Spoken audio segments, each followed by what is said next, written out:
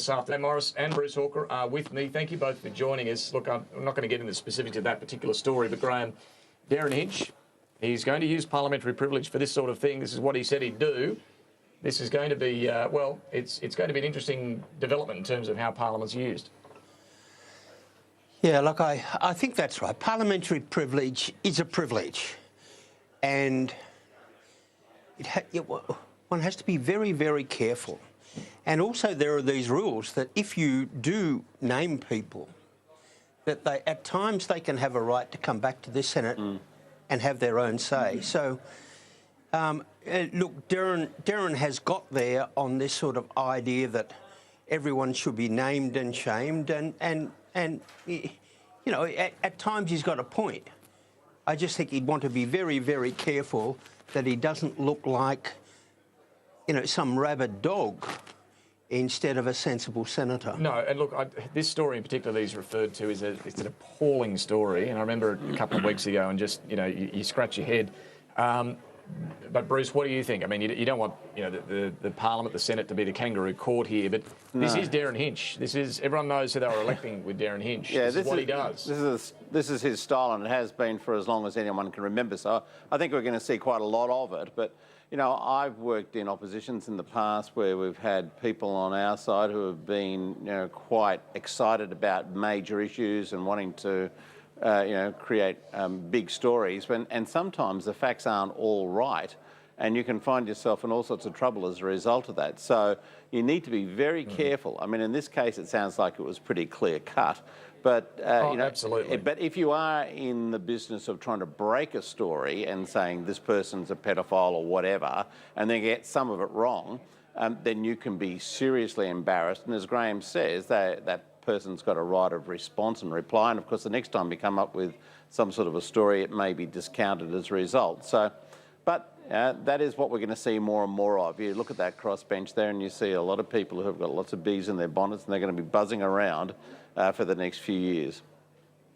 Yeah, and look, in this particular case, I should point out the man has actually been found guilty of child sexual offences. So the court has made a conviction here, and he's chosen to name the guy. Anyway, let's move on to some other issues. I do want to get your thoughts on, well, let's talk about Hillary Clinton, because this is fascinating, the developments there. Firstly, let's take a look at the footage of her stumbling after speaking at this 9/11 commemoration event. And this is what's led to doctors confirming, they initially said it was the heat and heat exhaustion. They've now confirmed she has pneumonia. There has long been, there's the pictures there, there's long been a lot of questions, accusations, conspiracies around whether she's healthy enough for the job.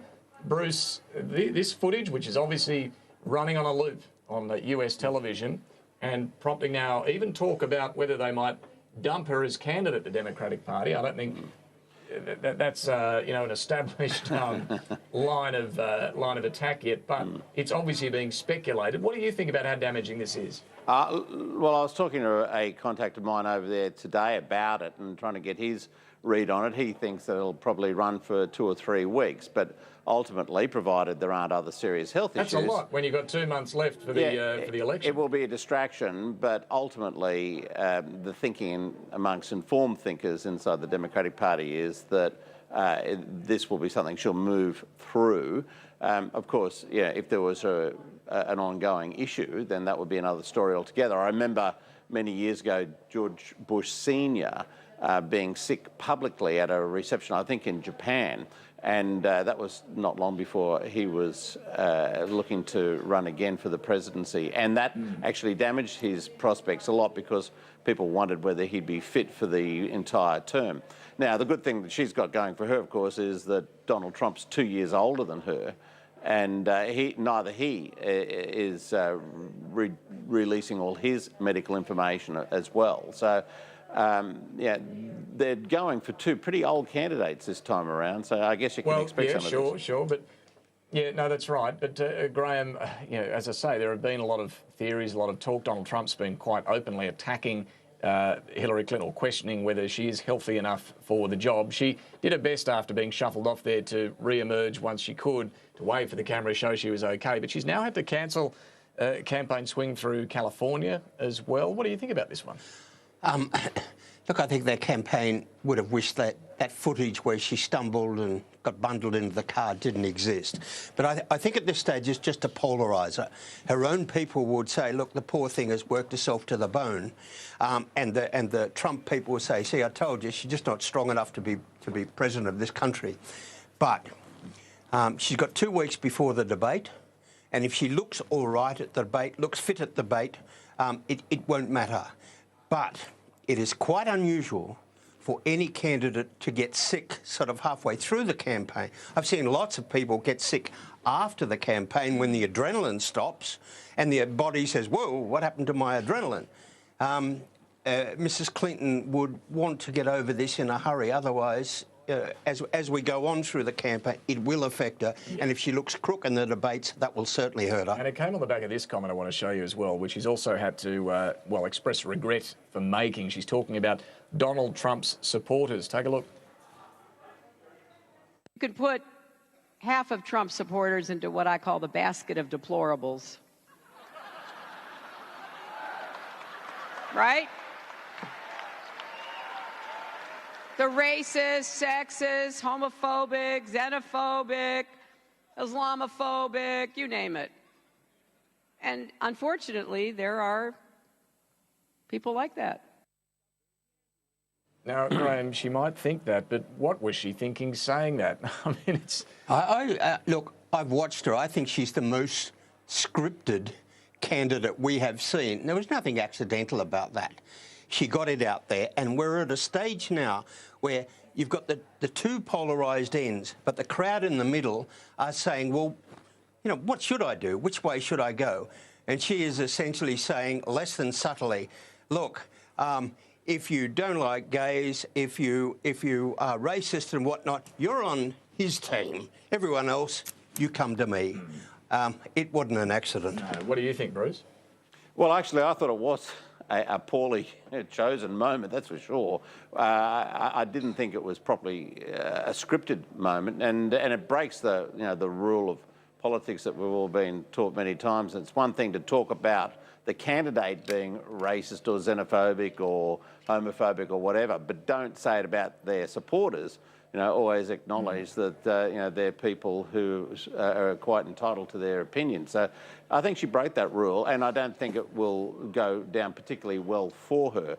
Having said that, even though the polls have tightened, amongst registered voters, and they're the most important ones, it's a bigger gap between her and Trump. I think it goes out to about 8%. And in a lot of the really interesting battleground states, the Democrats are now starting to put efforts in where they never thought they would. For example, Texas and Arizona, they are now starting to say that they're competitive in those states. So, as we've said on this program before, it comes down to the states, not the overall vote across the nation, but the actual states, all of which deliver through their electoral college a certain number of votes, which have to give her a clear or him a clear majority. So well, I don't think it's great, but it's not bad. Let's turn to politics here. This week marks the first year of Malcolm Turnbull's prime ministership. Graham, how would you rate the year, the last 12 months, and how the PM's going right now? Well, the big one that he won. People seem to keep forgetting Malcolm Turnbull is Prime Minister. He's one of only 12 people in this country since the Liberal Party was formed who has managed to get half the electorate to vote for him. Only 6 of them are Liberals. You know, that impresses the hell out of me. And you know, that is a 9 out of 10 in anyone like me's language. Has everything gone swimmingly? No. Has everything fallen off the rails? No. But he's got the economy back on the front page, as he said, and he's won an election. Well, that'll do me. Bruce? Well, he just won an election which, when he was elected leader, he would have thought he would have won in a canter, I think, and most people would have agreed with him at the time, and I thought that myself if he'd gone early. I think he's squandered the last 12 months. I can't really think of anything particularly that he's done that looks impressive. I mean, the economy, yes, but the economy sort of chugs along largely of its own volition.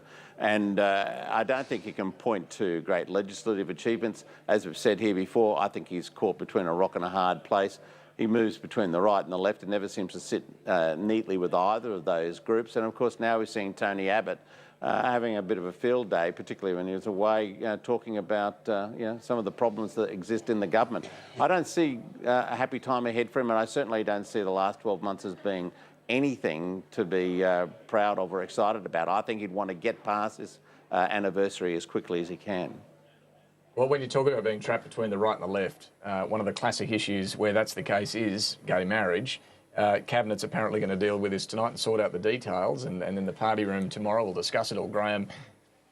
Not too soon either. The sooner they can settle this and move on, the better, I suppose, because right now we're seeing very open division over some of the details, whether to fund the yes and no campaigns and so on. How do you see this going? Well, it never dawned on me that you wouldn't have a yes and no case. Well, I would have thought you have to fund it. And as Cabinet tonight in the party room tomorrow, just have a think about this. If you do not fund it, then and it gets up, I think the no case people will say, well, hang on, it wasn't legitimate. The no case wasn't put. You know, I think you genuinely have to have a proper debate here. What do you do with one of the celebrants, a celebrant who says, look, I am not going to marry gay people? What are you going to do? Fine them? Put them in jail? What are we going to do with them? We ought to know. And that would be part of the debate. What do you do with a country church hall that says no? And that's got to be all out there. And then once the debate, the result is known, I think, and if it gets up, I think the no people will have great difficulty defying the people's vote. But it's got to be a fair vote, and it's got to be, people have got to know what they're voting for. Yeah, that means Bruce, yes and no case. Bruce, and a lot of that detail, it is fair enough that at least be nailed down so people know what they're voting on here. Absolutely, but I think the proposition is a pretty straightforward one. Do you approve of a change to the Marriage Act to allow people of the same sex to marry? I don't see anything overly difficult about the question, but I do agree with Grahame that if they don't fund it, it's going to be a harder argument, I think, for the no case than it is for the yes, because I think the yes case is a simpler one.